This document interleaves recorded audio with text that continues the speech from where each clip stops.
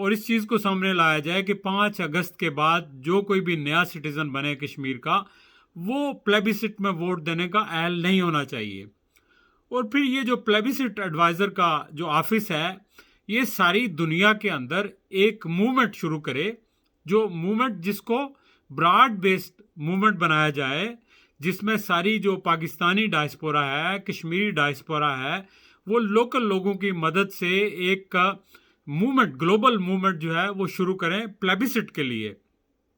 مطلب ہے we have to bring the plight of people on the streets of international cities, اور عام لوگوں کو ہم ملائیں ساتھ کے دیکھیں۔ یہ پلیبیسٹ جو ہے، ریفرنڈم، اگر یہ آپ کے انگلینڈ میں ہو سکتا ہے، اگر آپ کے ایسٹ تیمور میں ہو سکتا ہے، باقی ملکوں میں ہو سکتا ہے، تو کشمیر میں کیوں نہیں ہو سکتا؟ یہ تو سب سے پرانا مسئلہ ہے۔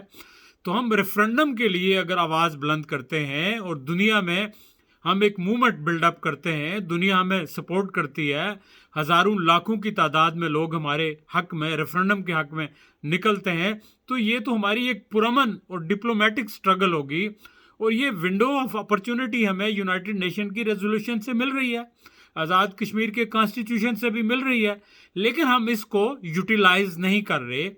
کیا وجہ ہے ہم اس کو یوٹیلائز نہیں کر رہے؟ ہماری ول نہیں ہے، ہمارا کیلیبر نہیں ہے، ہمارے پاس لوگ نہیں ہیں۔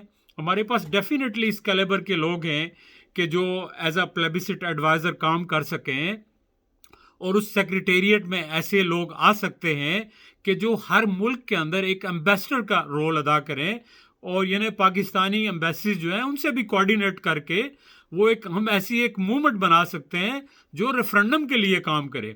تو دیکھیں، ریفرنڈم جو ہے، یہ پلیبیسٹ جو ہے، یہ لوگوں کا بیسک رائٹ ہے۔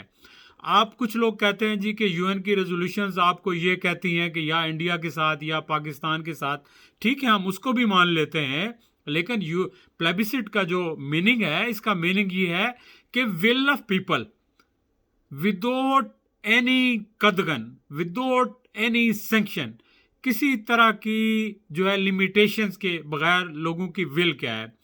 اور یو این کی ریزولوشنز بھی جو ہے وہ پلیبیسٹ کی ڈیفینیشن جو ہے وہ چینج نہیں کر سکتی۔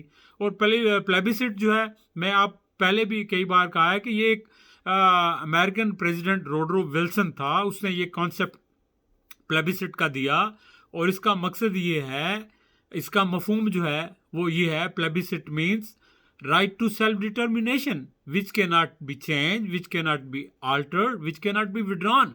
ایک لوگوں کا ایسا بنیادی حق، نہ تو جس سے کوئی انکار کر سکتا ہے، نہ کوئی وڈرا کر سکتا ہے، نہ اس کو چینج کیا جا سکتا ہے۔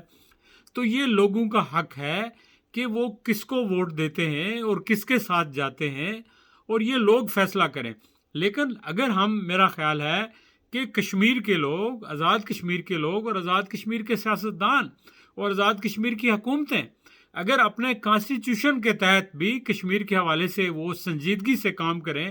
اب یہ دیکھیں نا، آپ کا ایک کشمیر لبریشن سیل بنا ہے، اور اس پہ آپ کروڑوں روپے خرچ کرتے ہیں، اور وہ کرنا کیا ہوتا ہے کہ وہ لاہور میں کشمیر کے لیے اویئرنیس مہم کریٹ کی جا رہی ہے، کراچی میں کی جا رہی ہے، اسلام آباد میں کی جا رہی ہے۔ بھائی ان لوگوں کو تو پہلے ہی پتہ ہے کہ کشمیر کا مسئلہ کیا ہے، وہ تو پہلے ہی کشمیر کے ساتھ ہیں۔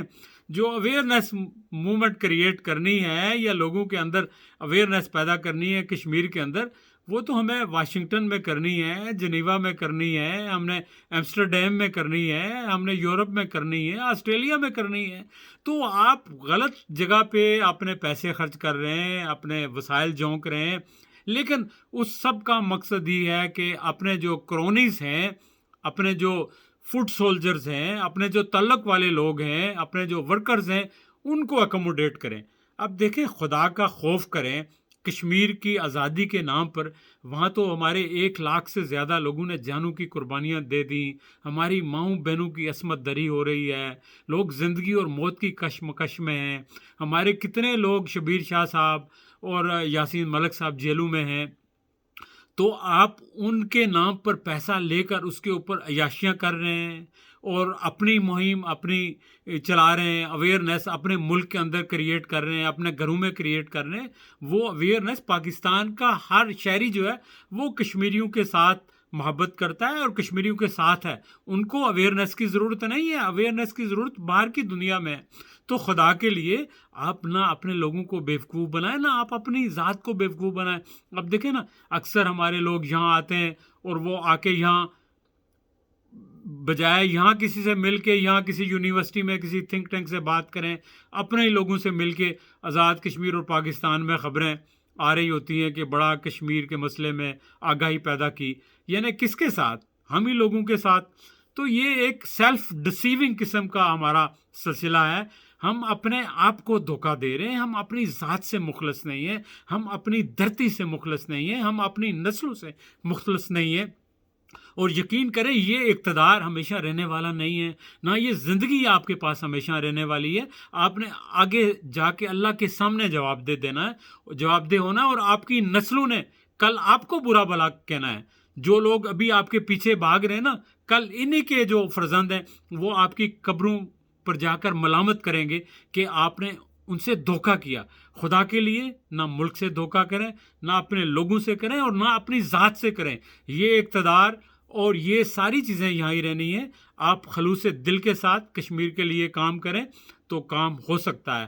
اب دیکھیں، پاکستان کے اپنے مسائل ہیں اور پاکستان ایک حد تک آگے جا سکتا ہے، اس سے آگے نہیں جا سکتا، لیکن ہم لوگ ہیں کہ ہم اس سے آگے جا سکتے ہیں۔ لیکن وہ کیسے جا سکتے ہیں؟ اگر ہمارے اندر جذبہ ہو، ہم سنسیئر ہوں، تو یقین کریں کہ کوئی what is the politics? Politics is art of possibilities. Impossible چیزوں کو پاسبل بنانا یہی سیاست ہے۔ اور یہ سیاست کرنے کے بجائے آپ اپنے ملک اور قوم کے لیے کرنے کے بجائے آپ اپنے اقتدار کے لیے کرتے ہیں۔ آج ایک جماعت میں، کل دوسری جماعت میں چلے گئے، چونکہ وہاں سے آپ کی کرسی بھی محفوظ رہے گی، آپ کی سیٹ بھی محفوظ رہے گی، آپ کی ایم ایل اے شپ یا وزارت بھی محفوظ رہے گی، اور آپ کو اقتدار بھی ملے گا، اور جو کچھ آپ نے پچھلے اقتدار میں بنایا اس کو بھی آپ بچا سکیں گے، اور اپنے کرونیز اور پیدا کر سکیں گے۔ اس چیز سے باہر نکلیں، آپ نے خدا کے آگے جواب دینا ہے۔ تو میرا خیال ہے کافی لمبی ہو گئی بات، تو اگر کسی کو بری لگی ہو تو میں معذرت چاہتا ہوں۔ میرا کسی کا دل دکھانا نہیں ہے، یہ سچ اور حقیقت ہے جو میں بیان کرنا چاہ رہا ہوں۔ اور اگر آپ بھی اس کو سچ اور حقیقت سمجھتے ہیں تو پلیز بیداری کے لیے، آگاہی کے لیے اس کو زیادہ سے زیادہ لوگوں تک شیئر کریں، اور اپنا خیال رکھیں۔ انشاءاللہ پھر آپ سے کسی اور موضوع کے حوالے سے بات ہوگی۔ اللہ حافظ۔